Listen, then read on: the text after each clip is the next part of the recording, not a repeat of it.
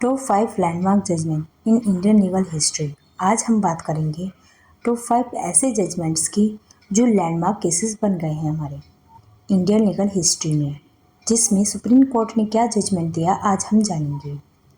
Welcome back to low ladder, a channel made for Jain, जहाँ हर कदम एक नई मंजिल है। Let's start. पहला है Kesavananda Bharati versus state of Kerala. Basically ये एक लैंड प्रॉपर्टी को लेकर के केस था, जिसमें पूरे 13 जजेस की बेंच हुई, जिसमें ये डिसाइड किया गया कि पार्लियामेंट कॉन्स्टिट्यूशन को अमेंड कर सकती है, लेकिन कॉन्स्टिट्यूशन के बेसिक स्ट्रक्चर यानी कि फंडामेंटल राइट्स में कोई चेंज नहीं कर सकती। इस केस में आर्टिकल 368 को चैलेंज किया गया। सुप्रीम कोर्ट ने कहा पार्लियामेंट कॉन्स्टिट्यूशन में अमेंडमेंट कर सकती है, फंडामेंटल राइट्स में नहीं। बेसिक स्ट्रक्चर को यहाँ पर इंट्रोड्यूस कराया, डेमोक्रेसी को बचाया और हमारे फंडामेंटल राइट्स को प्रोटेक्ट किया। दूसरा case Golaknath versus state of Punjab, जहाँ आर्टिकल 13 कहता है कि पार्लियामेंट कोई भी ऐसा लॉ पास नहीं कर सकता जो कि against the provision of fundamental rights हो, जहाँ आर्टिकल 368 को चैलेंज किया गया। कोर्ट ने कहा आर्टिकल 13 की शर्तें आर्टिकल 368 पर भी लागू होती हैं, इसलिए आर्टिकल 13 सब क्लोज टू फंडामेंटल राइट्स को वायलेट करता है और इनवैलिड है। इसलिए कोर्ट ने फंडामेंटल राइट्स को प्रोटेक्ट करते हुए पार्लियामेंट्स की पावर पर लिमिट्स लगाई और कहा पार्लियामेंट फंडामेंटल राइट को अमेंड नहीं कर सकता है। पार्लियामेंट कॉन्स्टिट्यूशन में कहीं भी अमेंड कर सकता है, लेकिन हमारे फंडामेंटल राइट्स को कभी भी अमेंड नहीं कर सकते। और इसमें Kesavananda Bharati versus state of Kerala के doctrine of basic structure concept को आधार लिया गया और जजमेंट पास किया, जिससे हमारे बेसिक स्ट्रक्चर को प्रोटेक्ट किया और हमारे राइट्स को वायलेंट होने से बचाया। तीसरा केस है Maneka Gandhi versus union of India, जहां मेनका गांधी के पासपोर्ट को गवर्नमेंट ने सीज कर दिया विदाउट एनी वैलिड रीजन के, विदाउट एक्सप्लेनेशन के, under the passport act 1967। Then she challenge it as violation of her fundamental rights, जहां उन्होंने इसे अपने मौलिक अधिकारों का उल्लंघन बताया, जो कि आर्टिकल 14 1921 है। 6 जजेस बेंच बैठी थी।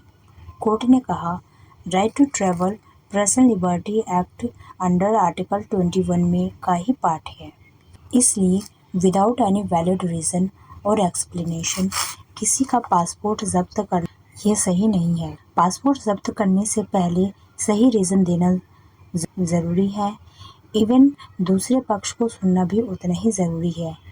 यह आर्बिट्री नहीं होना चाहिए। फंडामेंटल राइट्स सबके लिए इक्वल हैं और फंडामेंटल राइट्स का वायलेशन नहीं होना चाहिए। और फिर से सुप्रीम कोर्ट ने हमारे फंडामेंटल राइट्स को प्रोटेक्ट किया। चौथा case MC Mehta versus union of India 1987। क्या फैक्ट्री से निकले हज़ारडस गैस रिलीज होने की पूरी जिम्मेदारी लेनी चाहिए फैक्ट्री को?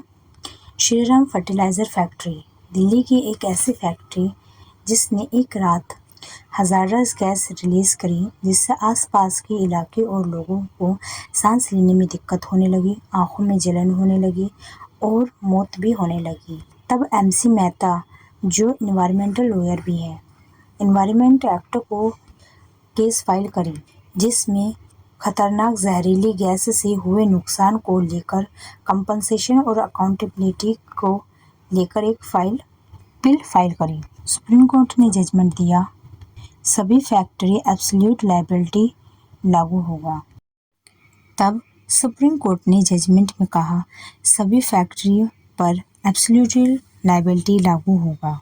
खतरनाक उद्योग का कोई बहाना बनाकर बच नहीं सकते, उन्हें पूरा हर्जाना देना होगा। विक्टिम्स को साबित करने की ज़रूरत नहीं है कि फैक्ट्री की गलती है। अगर फैक्ट्री से गैस रिलीज हुई है और उससे लोगों को भारी नुकसान हुआ है, तो इसकी जिम्मेदारी भी फैक्ट्री की है।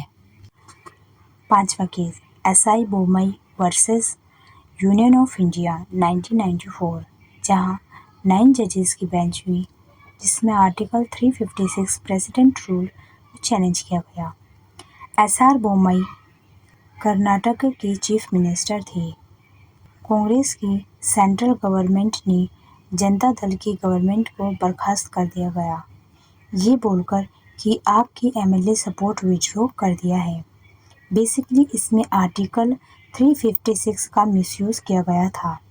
सुप्रीम कोर्ट ने कहा president rule is not beyond judicial review, मतलब प्रेसिडेंट रूल के शासन की न्यायिक समीक्षा की जा सकती है। Majority must be tested on the floor of the house, बहुमत का परीक्षण विधानसभा में ही होना चाहिए।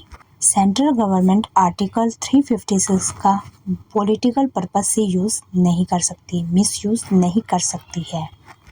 इसमें फेडरलिज्म को मजबूत किया, आर्टिकल 356 का मिसयूज़ होने से रोका और बेसिक स्ट्रक्चर के पार्ट को इंट्रोड्यूस कराया, जो कि सेकुलरिज्म जो अब हमारे बेसिक स्ट्रक्चर का एक पार्ट है, जो कोई भी अमेंड नहीं कर सकता है।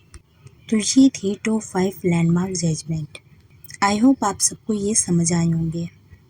तो चैनल को सब्सक्राइब करिए, कमेंट करिए, लाइक करिए, शेयर करिए। Thank you, bye bye.